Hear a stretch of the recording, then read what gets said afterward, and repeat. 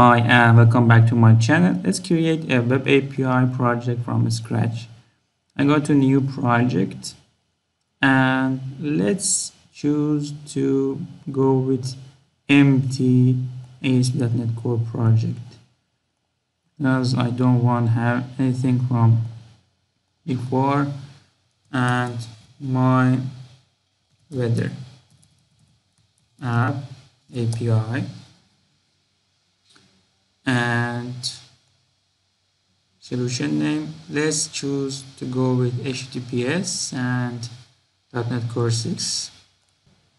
Couple of seconds to create a new project. Okay, we are here and in a blank project and completely new project. You don't see much. There is no controllers, there's no views, and just get a program.cs, and it's working. It's mapping to root directly. This is the root and this is the data that will be back as a response. So to create a web API project, first thing you need to do is to create controllers. Controllers don't have to be in a controllers folder, but it's just a good thing to do. And let's just go with that as a default. And now let's create a controller, because MVC doesn't care about the name of the folders, especially controllers folders. Just looks for any classes that is derived from controller class or controller base class. So let's create a controller class, empty controller. We can go with this one, but it creates a full controller. We can look for API controllers, or we can just create an empty MVC controller here. I think API controller, yes, this is what we want. API controller empty, and let's just change the values controllers to weather controller, and here as you can see we have API and controller. This is the routing. It says that the route should start with API and then the name of the controller comes, and we are using REST API thing here, and the name of the controller is enough when you're using that in a REST fashion.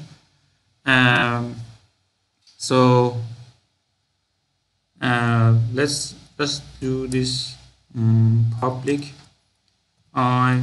action result get cities and return okay, and now we can have cities around the new list of a string and a string, and let's have New York,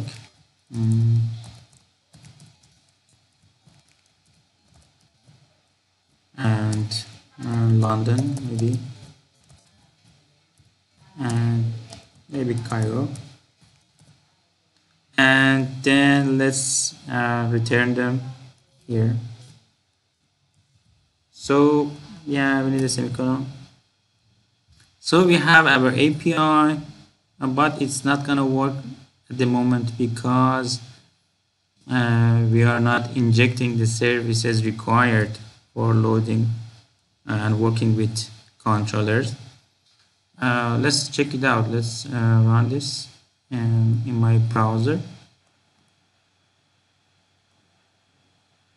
I started without debugging right now. This is a very simple application, so I'm very confident to see the results. But Hey, let's try API and then the name of our controller, which was weather, and enter, and we get a 404 error. So let's go here and remove this line. We don't need this one, and use app. First, let's use builder to add services,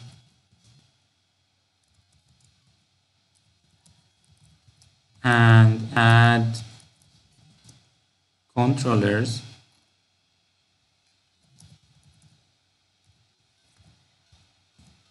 and map controllers.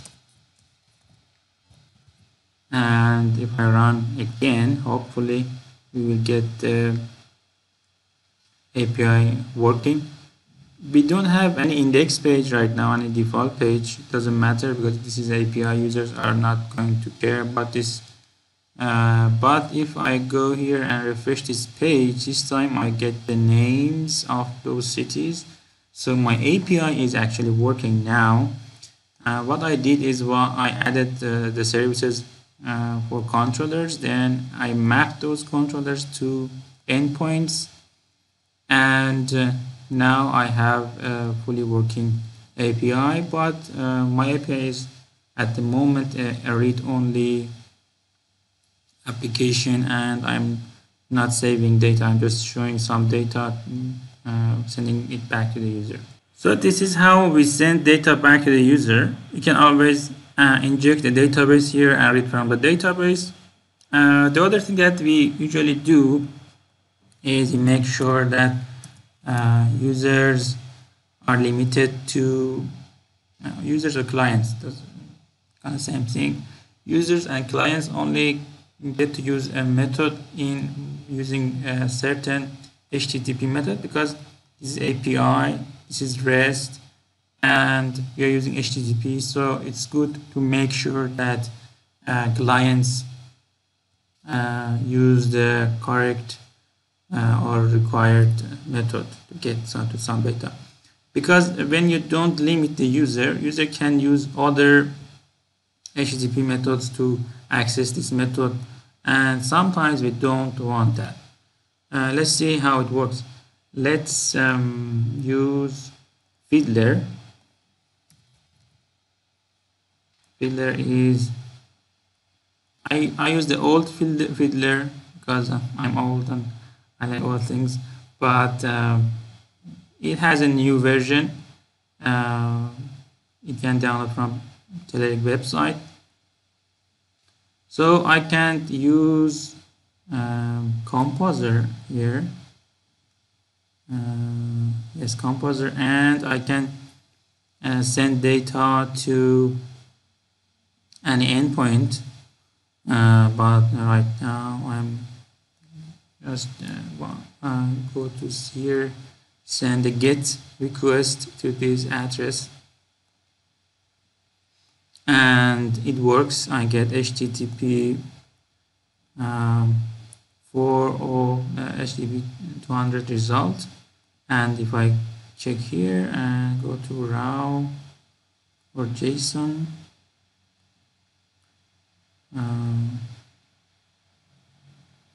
let's see, how can I see the data? Yes, this is what I get. This is the request side of the of my action, my application, and this is the response. So I got a JSON with the same data. So what happens if I use posts here? I force to post data. Let's run, and again we get a 200 result, and again we receive the data.